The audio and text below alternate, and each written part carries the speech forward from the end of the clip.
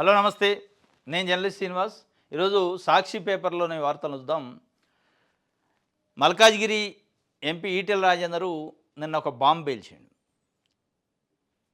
Sarpanch, MPTC, ZPTC ఎన్నికలకు సంబంధించి ఆశావాహులు ఆగం కావద్దు, ఖర్చు పెట్టుకుని అన్నాడు.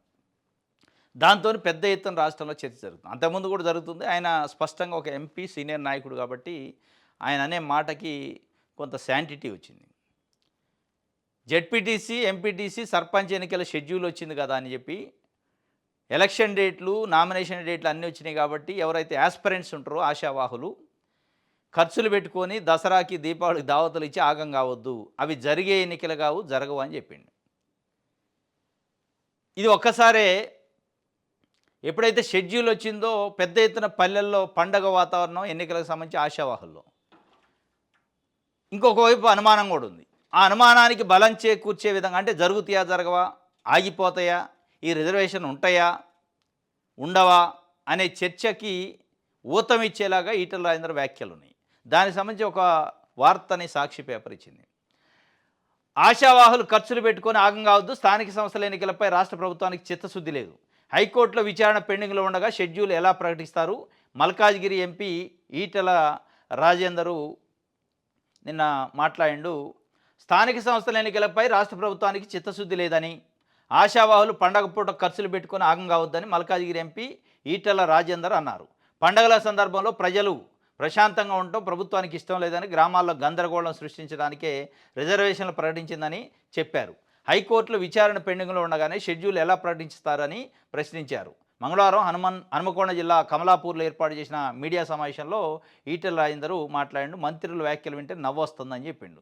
రాష్ట్రంలోని 3 బీసీ మంత్రులు చేస్తున్న వ్యాఖ్యలు వింటే నవ్వొస్తుందని ఈటెల రాజేందర్ అన్నారు. ఎవరు కోర్టుకు వెళ్ళకండి, సహకరించాలని ఆ మంత్రులు కోరుతున్నారని, మీరు అన్నీ సవ్యంగా చేసిన తర్వాత ఎవరైనా కోర్టుకు వెళితే వచ్చే నష్టం ఏంటని, కోర్టుకు ఎవరు వెళ్ళినా ఇది నిలవదని మీరే అనుమానం వ్యక్తం చేస్తూ షెడ్యూల్ ఎలా ప్రకటిస్తారని వాస్తవం ఇది. సరే, ఆయన ఒక బీజేపీ పార్టీ ఎంపీగా బీజేపీ పార్టీ అధ్యక్షుడే స్వాగతిస్తున్న షెడ్యూల్ అన్నాడు. ఒకవైపు మీరు ఆ పార్టీలోని ఎంపీ ఏమో ఇంకొక రకంగా చెప్పిండు. సరే, ఆ పార్టీ విషయం అది. మొత్తంగా చూస్తే హైకోర్టు ఇప్పటికే 8 అక్టోబర్కి వాయిదా పెట్టింది. కేసు నడుస్తుంది. దీనిపైన కేసు నడుస్తూ జియో నెంబర్ 9 పైన సస్పెక్షన్ ఉంది. అసలు ఉంటుందా జియో? ఏది 42% బీసీలకు రిజర్వేషన్ ఇచ్చిన దానికి 50% దాటిపోతున్నప్పుడు తప్పనిసరిగా జియో నిలబడదు అనేది మనకి గత కొన్ని అనుభవాలు చెప్తున్నాయి. బీహార్ కావచ్చు, మహారాష్ట్ర కావచ్చు, గుజరాత్ కావచ్చు. మహారాష్ట్రలో అయితే జరిగిన ఎన్నికలను కూడా రద్దు చేశారు.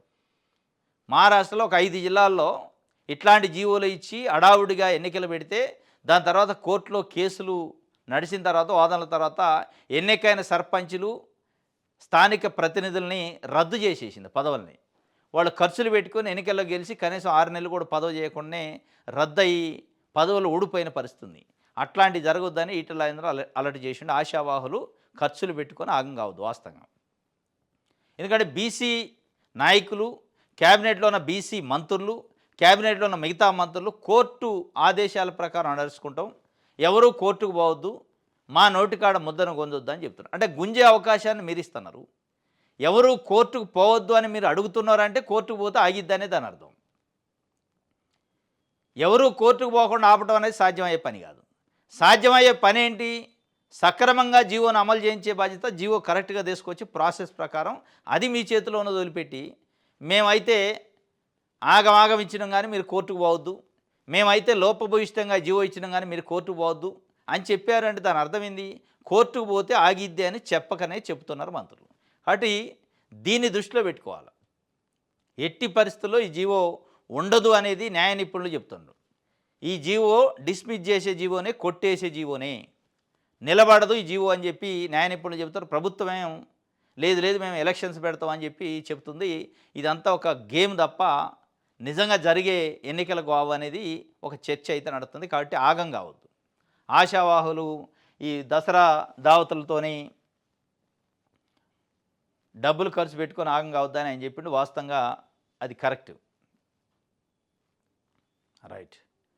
ఆయకట్టు కట్ అవుతుందట. ఆల్మట్టి ఎత్తు పెంపుతో ఎడారిగా మారిన శ్రీశైలం సాగర్ ఆయకట్టు. ఆల్మట్టి డ్యాంలో 524.2 5-6 మీటర్ల ఎత్తు వరకు నీటిని నిల్వ చేసే పనులకు వేగిరం వేసిన కర్ణాటక పునరావాస భూసేకరణకు 70,000 కోట్లు మంజూరు. ఇప్పుడు 519 మీటర్ల ఎత్తు ఉంది ఇప్పటికే ఆల్మట్టి. అప్పట్లో చంద్రబాబు నాయుడు గారు ముఖ్యమంత్రి ఉన్నప్పుడు ఆల్మట్టి నిర్మాణం చేశారు. దానిపైన పెద్ద ఎత్తున ప్రతిపక్షాలు ఉద్యమం చేసినాయి. ఆల్మట్టి కట్టొద్దు, ఆంధ్రప్రదేశ్ని ఎడారి చేయొద్దు, ఉమ్మడి ఆంధ్రప్రదేశ్ అని చెప్పి పెద్ద ఎత్తున ఉద్యమం చేశారు. అయినప్పటికీ అప్పుడున్న పరిస్థితుల దృష్ట్యా కట్టారు వాళ్ళు. 519 మీటర్లతో ఇప్పుడు ఆల్మట్టి ఉంది. ఆ ఆల్మట్టి కట్టిన దగ్గర నుంచే 2004కు ముందు చంద్రబాబు నాయుడు గారు ముఖ్యమంత్రిగా ఉన్నప్పుడు కరువు వచ్చింది. సరే, కరువు వర్షాలు లేకపోవటం, ఆల్మట్టి రకరకాల కారణాలతో అదే కరువుతో 2004లో ఓడిపోయింది.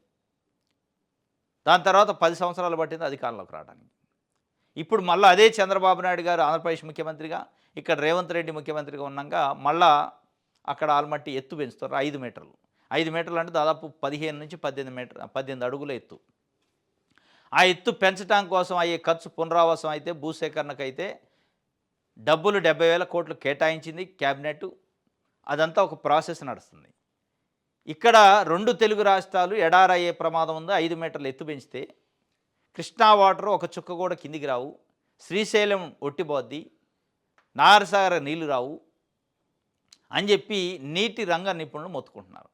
అయినప్పటికీ ఆంధ్రప్రదేశ్ ముఖ్యమంత్రి చంద్రబాబు నాయుడు గారు కానీ, తెలంగాణ ముఖ్యమంత్రి రేవంత్ రెడ్డి కానీ ఏదో సూచాయిగా స్పందిస్తారు తప్ప వాళ్ళు స్పందించాల్సిన స్థాయిలో స్పందించట్ల. ఈ రెండు రాష్ట్రాల ముఖ్యమంత్రుల పైన బాధ్యత ఉంది. బాధ్యతతో పాటు వాళ్ళకి బలం ఉంది. ఈరోజు బలం ఏంటంటే ఆంధ్రప్రదేశ్ ముఖ్యమంత్రి చంద్రబాబు నాయుడు గారు ఎన్డీఏ కూటమిలో ప్రధాన భాగస్వామ్య పక్షం. వాళ్ళ ఎంపీలు మద్దతు ఇస్తేనే ఆడ మోడీ ప్రధానమంత్రిగా ఉంటాడు, లేదంటే ఊడిపోదు ప్రభుత్వం. ఆయన ఒక మాట చెప్పి ఆల్మట్టికి పర్మిషన్ ఇవ్వకండి, ఎత్తు పెంచడానికి కేంద్రం నుంచి జలవనరుల శాఖ కంటే ఆగిపోద్ది ఆయన చెప్పడం. ఇక్కడ తెలంగాణ ముఖ్యమంత్రి కాంగ్రెస్ పార్టీ నుంచి ఉన్నాడు. ఇప్పుడు కర్ణాటకలో ఆల్మట్టి ఎత్తును పెంచేది కాంగ్రెస్ పార్టీ ప్రభుత్వం ఉంది. ఈయన పోయి రాహుల్ గాంధీ దగ్గర కంప్లైంట్ చేసి కర్ణాటక ముఖ్యమంత్రిని అక్కడ పిలిపించి తెలంగాణ రాష్ట్రం ఆంధ్రప్రదేశ్ రాష్ట్రానికి నష్టం జరుగుతుంటే మీరు ఎత్తి ఎట్లా పెంచుతారో ఆపండి అని చెప్పించవచ్చు పార్టీ పరంగా. ఈయనకి ఈ అవకాశం ఉంది. వీళ్ళిద్దరూ చేయాల్సిన పని చేయరు, కానీ పత్రికలకు ప్రకటనలు ఇస్తారు, ప్రెస్కి స్టేట్మెంట్లు ఇవ్వడం తప్ప చేయాల్సిన పని చేయట్లే. దీనివల్ల భవిష్యత్తులో తెలంగాణ ఆంధ్రప్రదేశ్ రాష్ట్రాలు సాగు పరంగా, నీళ్ల పరంగా పెద్ద ఎత్తున నష్టపోయే అవకాశం ఉంది. ఈ నష్టానికి చరిత్రహీనులుగా వీళ్ళిద్దరు మిగులుతారు నిజంగానే స్పందించకపోతే. 70,000 కోట్లు ఆల్రెడీ కేటాయించారు. వాళ్ళు చాలా స్పీడప్ చేస్తారు పని, అయినా మాట్లాడలే. ఇది ఆయువు కట్ అయిద్దట, ఆయకట్టుకి అని చెప్పి. రైట్, వెలుగు చూద్దాం.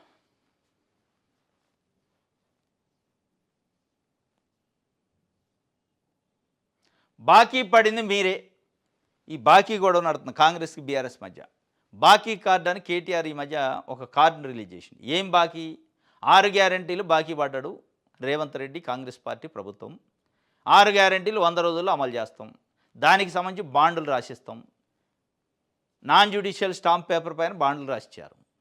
ఆ గ్యారంటీకి వారంటీ పోయింది, గ్యారంటీ పోయింది. ఆ గ్యారంటీలు ఎడిపోయినాయి. బాకీ పడ్డ గ్యారెంటీలు ఎప్పుడు అమలు చేస్తారని వాళ్ళు వెంట పడతారు. ఇప్పుడు బీఆర్ఎస్ వాళ్ళు బాకీ కార్డులని రిలీజ్ చేసి వాటి ఇంటింటికి పోయి పంచండి. ఇగో మీకు మహిళలకు 2,500 రూపాయలు నెలకి రేవంత్ రెడ్డి ఇస్తా అన్నాడు, ఇవ్వలేదు, అడగండి బాకీ. వృద్ధులకి, ఒంటరి మహిళలకి, వికలాంగులకి ఇచ్చే పెన్షన్ 2,000 నుంచి 4,000కి పెంచుతానండు, ఆ పెంచే బాకీ పడ్డాడు అడగండి. ఇట్లా రకరకాల బాకీల గురించి వాళ్ళు కార్డులు వేశారు. కాంగ్రెస్ ఏమంటుంది?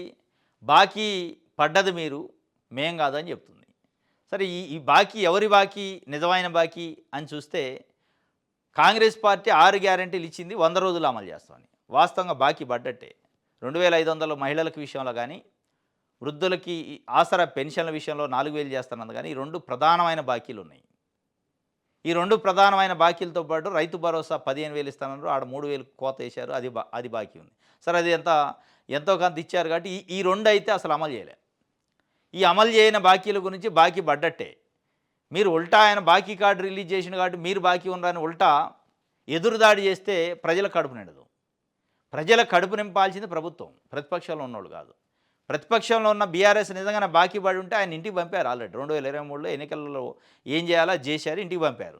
అయిపోయి ఆయన బాకీ కథ ముగిసిన బాకీ అది. మీ బాకీ ఇప్పుడు ఫోర్స్లో ఉంది. మీరు అమలు చేయాలి మీ బాకీని.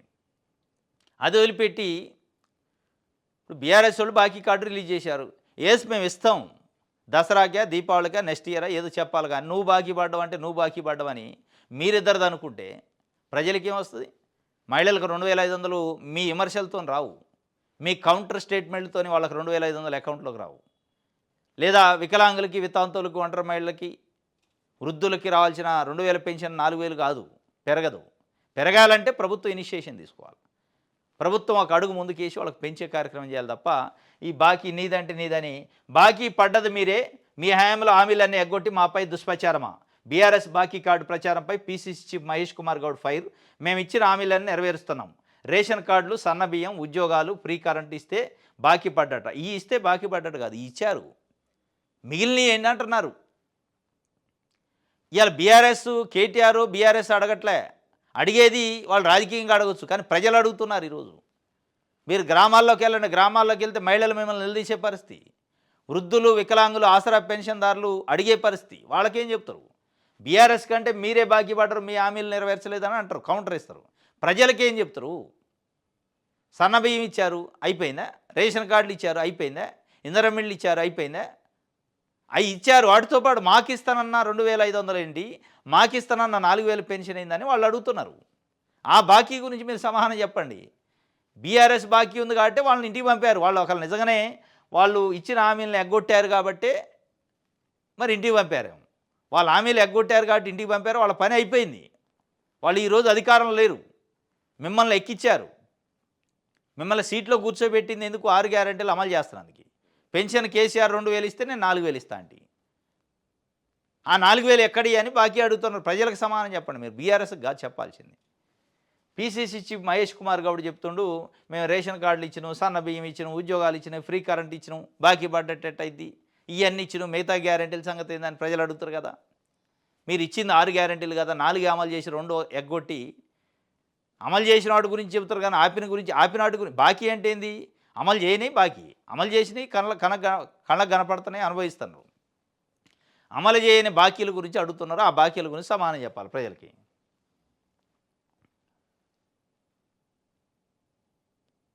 రైట్. ఇది కేసీఆర్ బాకీ కార్డు అని కాంగ్రెస్ వాళ్ళు కౌంటరు. వీటితో కడుపు నిండదు. మీరు కాంగ్రెస్ పార్టీ నాయకులు అర్థం చేసుకోవాల్సింది ఏంటంటే, కేసీఆర్ బాకీ కార్డులను తీసిపోయి కేసీఆర్ బాకీ కార్డులు పెడితే కేసీఆర్ ముఖ్యమంత్రి లీడర్ అని ఆయన అని దింపిను, బాకీ ఉండగాట్టి ఇంటికి పంపిను, నీ బాకీ సంగతి ఏం చెప్పు అంటారు. ఈరోజు మీరు ఇచ్చే ప్లేస్లో ఉన్న కాబట్టి ఈ బాకీ కార్డుకి వాల్యూ ఉండదు, ఆ బాకీ కార్డుకి, ప్రజల బాకీ కార్డుకి వాల్యూ ఉంటుంది. అది అర్థం చేసుకోకుండా కేటీఆర్ ఇచ్చిన కాబట్టి ఆయన ట్రాప్లో పడి మీరు ఒక బాకీ కార్డు రిలీజ్ చేసి కేసీఆర్ బాకీ పడ్డంటే అది అయిపోయారు. 2023లో మీరు చెప్పారు, ఓట్లు వేసారు, అయిపోయాయి. బనకచెర్లకు అనుమతులు ఇవ్వండి, కేంద్ర హోము జలశక్తి మంత్రులకు సీఎం చంద్రబాబు విజ్ఞప్తి చేసిండట. నిన్న బనకచెర్ల లేదు, పోలవరం సోమశీల అని ఒక వార్త వచ్చింది. ఇప్పుడు మళ్ళీ బనకచెర్లకు అనుమతులు ఇవ్వండి అని మళ్ళీ పోయి అడుగుతున్నాను. అది ఇచ్చేదా కాదా అనేది వాళ్ళకే అయోమయం ఉంది.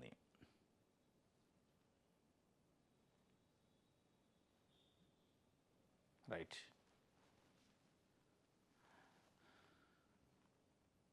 మన తెలంగాణలో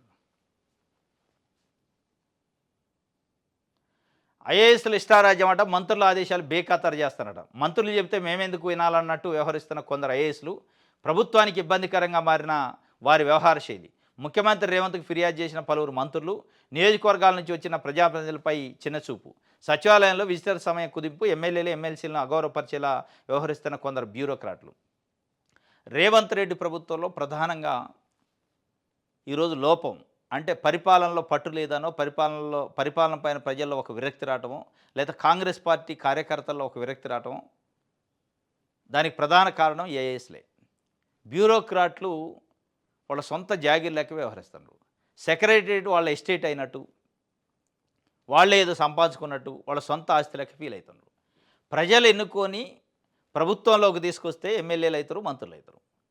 ప్రజల తరపున ప్రతినిధులు అంటే వాళ్ళు ప్రజలు అన్నట్టు. 2 లక్షల మంది ఓట్లేసి మా తరఫున మేమందరం వచ్చి అసెంబ్లీలోనో సచివాలయంలో అడగలేం కాబట్టి మా తరఫున ఒక ఎమ్మెల్యేని పంపిస్తున్నాం, మా అందరి మాట ఆయన మాట అని చెప్పి పంపిస్తే, అంటే 2 లక్షల మంది ప్రజలకు ప్రతినిధి అయిన ఎమ్మెల్యేని ఎమ్మెల్సీని అగౌరవపరుస్తారట వీళ్ళు. మంత్రులను అగౌరవపరుస్తారట. ఈ మధ్య ఒక మంత్రి ఒక మంత్రి ఆ మంత్రి పేషి నుండి స్పీకర్ పెట్టి ఆ మంత్రి శాఖకి సంబంధించిన సెక్రటరీకి ఫోన్ చేస్తే ఫలానా ఫైళ్ళు కొన్ని ఉన్నాయి క్లియర్ చేయండి సార్ ప్లీజ్ తొందరగా అని చెప్పి ప్లీజ్ అన్నాడు. ఆ వర్డ్ కూడా వాడిని తొందరగా డిస్పోజ్ చేసి పంపించండి క్లియర్ చేసి యాజ్ పాసిబుల్ యాజ్ అంటే నువ్వు చెప్తే నేను పని చేయాలనా నాకు తెలియదా ఎప్పుడు క్లియర్ చేసేదా అన్నాడట. అంటే ఎంత అగౌరవం ఎంత అహంభావం. అంటే ప్రజలు ఈ రాష్ట్రానికి మంత్రి అంటే 4 కోట్ల మంది ప్రజలకు ప్రతినిధి ఆయన. అంటే 4 కోట్ల మంది ప్రజల ప్రతినిధి కంటే నీకు విలువ ఎక్కువ ఉందా ఐఏఎస్ అయితే? ఏం కొమ్మలు ఉంటాయి ఐఏఎస్ అంటే? ఐఏఎస్ అయినా ఐపీఎస్ అయినా లేకపోతే ఇంకోళ్ళైనా ప్రజలు కట్టే పనులతో జీతాలు తీసుకుంటారు. ప్రజలకు మీరు జీతగాళ్ళు, ప్రజల ప్రతినిధికి జీతగాళ్ళు. ప్రజలు ఎన్నుకున్న ప్రతినిధులను మీరు అగౌరవపరిస్తే ప్రజల్ని ఏ స్థాయిలో మీరు అగౌరవపరుస్తారు? మంత్రులు ఎమ్మెల్యేలు ఎమ్మెల్సీలతోనే మాట్లాడే విధానం తెలవకపోతే వాళ్ళని కావాలని అవమానపరిస్తే మీరు ప్రజలకేం సర్వీస్ చేస్తారు? ప్రజలుని ఏం పట్టించుకుంటారు? ఇట్లాంటి ఆఫీసర్లు తెచ్చి సెక్రటరీలో పెట్టిండ్రు రేవంత్ రెడ్డి. కాబట్టి ఆయన ఫస్ట్ అక్కడ చర్యలు తీసుకోవాల్సింది అక్కడి నుంచి. మొట్టమొదటి నష్ట నివారణ చర్యలు తీసుకోవాల్సింది ఐఏఎస్లు ఐపీఎస్ల విషయంలో నిర్దిష్టంగా ప్రజల కోణంలో సేవ చేసేటోళ్ళని ఆడ పెట్టుకోవాలి తప్ప ఇక ఆస్తులు వెనకేసుకుందాం అహంభావం అహంకారం ప్రజలంటే లెక్కలేనితనం ఉన్న వాళ్ళని పెట్టుకుంటే ఇదే ఉంటుంది. ఇష్టారాజ్యం అట. ఈ మధ్య ఒక ఐఏఎస్ ఆఫీసరు వాళ్ళ డిపార్ట్మెంట్లో సెక్రటరియట్లో వాళ్ళ డిపార్ట్మెంట్లో ఒక ఆఫీసర్ పైన కేకలేస్తే గుండెపోటు వచ్చి కింద పడిపోయిండు. అదే ఛాంబర్లో ఆయన ముందు. కొంతమంది లాంగ్ లీవ్లు పెట్టిపోతుండ్రు, కొంతమంది వీఆర్ఎస్లు తీసుకుంటారు వాళ్ళ వేధింపులు తట్టుకోలేక. వాడు ఏదో పెద్ద బాస్ లెక్క ఇక బ్రిటిష్ వాళ్ళు ఎట్ట వ్యవహరిస్తారో అట్ట వ్యవహరిస్తారు. బ్రిటిష్ వాళ్ళ టైంలో బ్రిటిష్ ఆఫీసర్లు వ్యవహరించారు కదా, మా జాగిరి ఇది అన్నట్టు అట్లా వ్యవహరిస్తారు. వాళ్ళని ఇట్లా మీరు మార్చకపోతే రేవంత్ రెడ్డి గారి ప్రభుత్వానికి మొట్టమొదటి బ్యాడ్ ఎక్కడి నుంచి స్టార్ట్ అవుతుందంటే అక్కడి నుంచే. ఐఏఎస్లు ఇష్టారాజ్యం అట.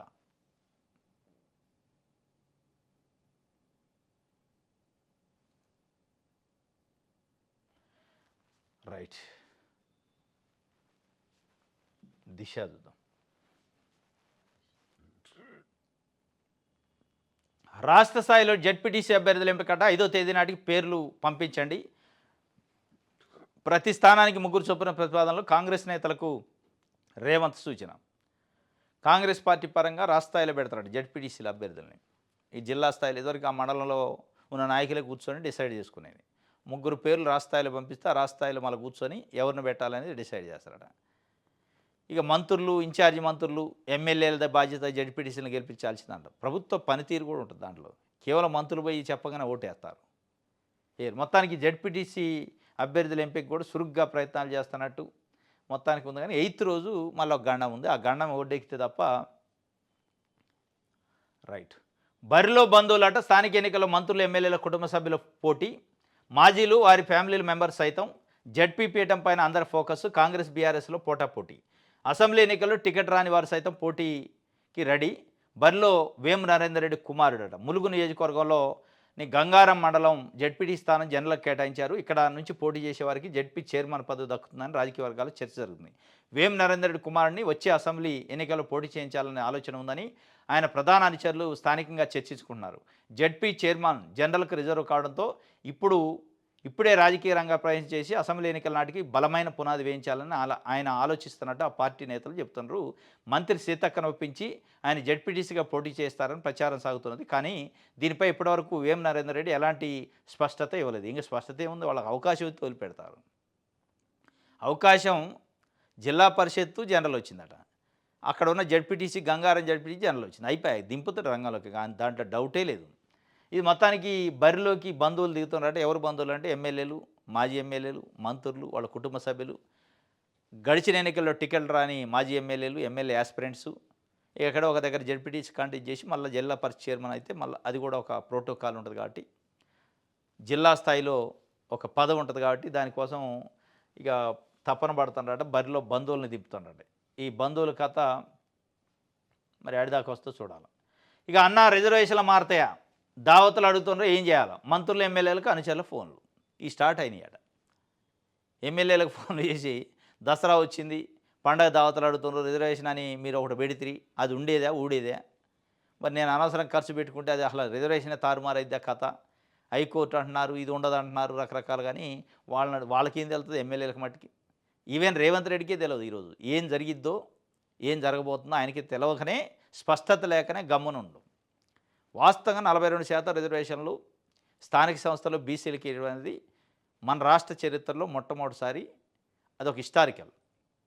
అట్లాంటి 42% రిజర్వేషన్ ఇచ్చిన తర్వాత కూడా ఎక్కడా కూడా కాంగ్రెస్ పార్టీ సంబరాలు చేసుకోలే, బీసీ నాయకులతో సంబరాలు చేయించలే, పాలాభిషేకాలు చేయించలే. వాస్తవంగా చిన్నది చేస్తేనే పెద్దగా చేస్తారు ప్రచారం. చిన్న రైతు రుణమాఫీ చేస్తేనే పెద్ద ఎత్తున ఫ్లెక్సీలు పెట్టారు గ్రామాలలో, ఇన్ని వేల కోట్ల రూపాయలు ఇంత ఇంత రైతు రుణమాఫీ అయింది అని చెప్పి. దీనికి ఇంత పెద్ద ఇష్యూ చరిత్రలో నిలిచిపోయేది. అయినా ఎక్కడ సంబరాలు కానీ, సన్మానాలు కానీ, సభలు కానీ ఏవి జరగలే, కృతజ్ఞతా సభలు కానీ జరగలే. వాస్తవంగా నిజంగానే ఈ జీవో నిలబడే జీవో అయితే కాంగ్రెస్ పార్టీ స్థానిక సంస్థల షెడ్యూల్ రాకముందే అది వరంగల్, హైదరాబాదా, లేకపోతే ఇంకో దగ్గర ఖమ్మమా, కరీంనగర ఒక పెద్ద భారీ బహిరంగ సభ పెట్టి బీసీల కృతజ్ఞత సభ అని పెట్టేవాళ్ళు. నిజంగా ఈ జీవో నిలబడేదైతే క్యాచ్ చేసుకోవాలి, ఏ పార్టీ అని చూసుకోవద్దు. ఎందుకంటే వాళ్ళు ఇచ్చిన ఫలాలు ప్రజలకు అందుతున్నాయి కాబట్టి దాని ఫలితాన్ని మళ్ళీ పార్టీ పరంగా కూడా వాడుకోవాలి కాబట్టి రాజకీయంగా పెద్ద బహిరంగ సభ పెట్టేవాళ్ళు. దాని గురించి ఎక్కడ ప్రస్తావన లేదు. అంటే వాళ్ళకి డౌట్ ఉంది, 8th రోజు ఏం జరిగిందో కోర్టులో ఏం జరిగిందో చూసిన తర్వాత మిగతా ప్రాసెస్ చేద్దాం అనే ఒక ఆలోచనలో ఉంది. కాబట్టి ఇక అదే అన్న రిజర్వేషన్లు మారుతాయని ఎమ్మెల్యేలను అడుగుతుండట. మారే అవకాశాలు ఎక్కువనే లీగల్ నిపుణులు చెప్తున్నది. రైట్, ఆంధ్రప్రదేశ్ పల్లెల్లో కదలకట్ట స్థానిక సంస్థల షెడ్యూల్తో సందడి వచ్చింది.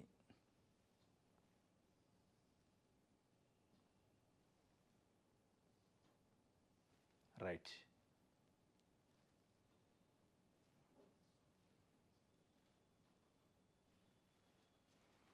ఆంధ్రజ్యోతి. సీటుకు 3 జెడ్పీటీసీ అభ్యర్థుల ప్రాథమిక జాబితా సిద్ధం చేయండి, ఆశావాహుల గుణగణాలు పరపతిని పరిశీలించండి. వాళ్ళు ముందే అంతా ఫిక్స్ అయ్యే ఉన్నారు ఎక్కడ ఎవరు పోటీ చేయాలని. సీటుకు 3 చొప్పున లిస్టు పంపమన్నారట పీసీసీకి. పీసీసీ డిసైడ్ చేద్దాడు ఫస్ట్ టైం. కాంగ్రెస్ పార్టీలో పీసీసీ స్థాయి దాకా రాదు జెడ్పీటీసీకి. ఎంపీటీసీలో డీసీసీ స్థాయిలో జిల్లా కాంగ్రెస్ కమిటీ. సీటుకు 3 పంపండి, మేము చూస్తాం వాళ్ళ పరపతి గుణగణాలు ఇవన్నీ చూడండి. పరపతి లేదు, గుణగణాలు డబ్బులు ఉన్నాయా లేవా, ఖర్చు పెట్టుకోగలుగుతాడా లేడా, ఈ రెండే చూస్తారు ప్రధానంగా. డబ్బులు విపరీతం ఖర్చు పెట్టేవాడికి వాల్యూ ఉంటుంది, అదే పరపతి అంటే. ఇక పరపతి అంటే ఏముంది, ఆయన పోయి అప్పు తెచ్చి జనాలకు పెడతాడు. ఎన్నికల్లో ఖర్చు పెట్టడానికి పరిపుష్టిగా ఉన్నాడా ఆర్థికంగా లేదా, వాళ్ళకి ఫస్ట్ ప్రయారిటీ. ఇక దాని తర్వాత గుణగణాలు కూడా కొద్దిగా చూస్తారు. మరి వరస్ట్ క్యాండిడేట్ని తీసుకుపోయి డబ్బులు పెట్టినా కాదు. కాబట్టి గుణంతో పాటు డబ్బు ఉండాలి, గుణగణాలతో పాటు డబ్బు ఉంటే పట్టుంటే అప్పుడు టికెట్ ఇస్తారు.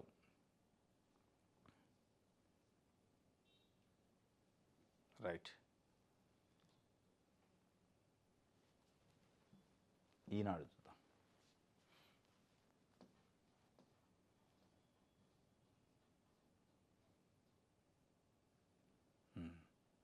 విరాళం ఇద్దాం తర్వాత మేద్దాం, లంచాలతో అసెంబ్లీ ఎన్నికల ప్రచారానికి నిధులు.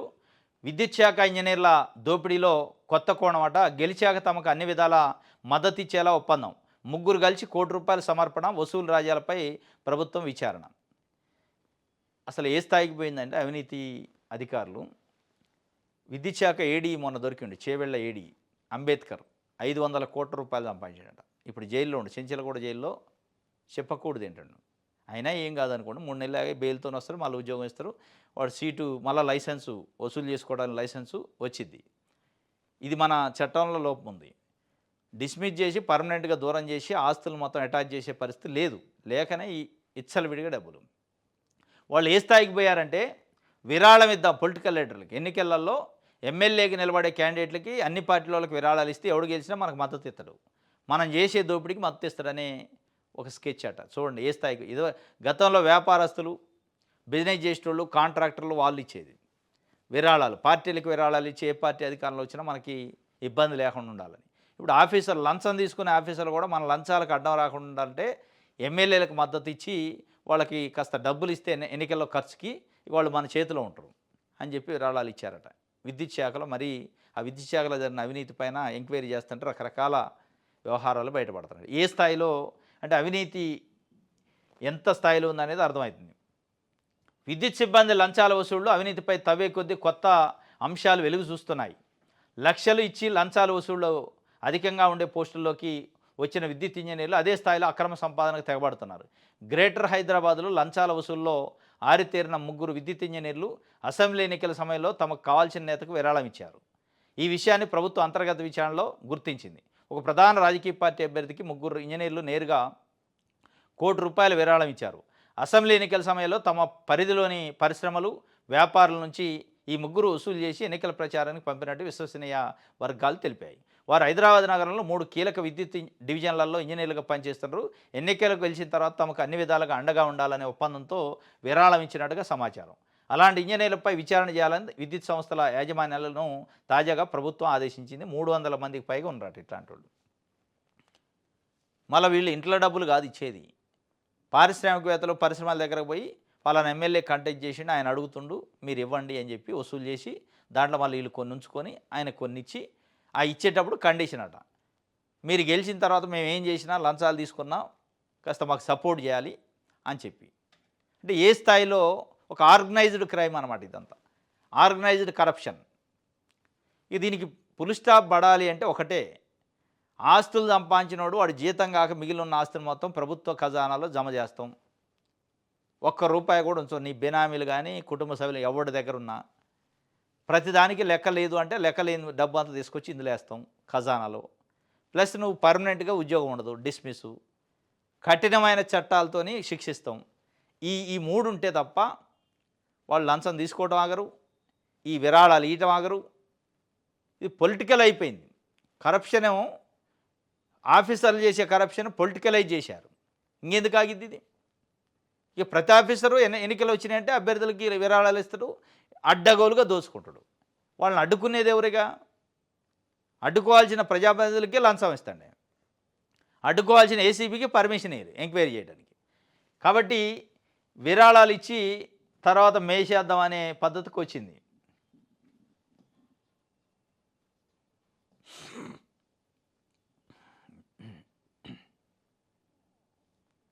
రైట్. 10 గ్రాములు 1,20,000కు పోయిందట భారీగా పెరిగిన బంగారం ధరలు. కరెక్ట్గా నెల రోజుల నుంచి రోజుకు 2,000, 1,000, 1,500, 3,000 పెరుగుతుంది. ఒక తులం బంగారం అంటే 10 గ్రాముల బంగారం 1,20,000 పలికింది నిన్న. అసలు దానికి ఫుల్ స్టాప్ పట్టలేదు, యమ స్పీడ్కి పోతుంది. రైట్. ఇది ఈనాడుకు సంబంధించి. ఇది ఈరోజు న్యూస్ అనాలిసిస్. రేపు తాజా వార్తలతో తిరిగి కలుసుకుందాం. Thank you.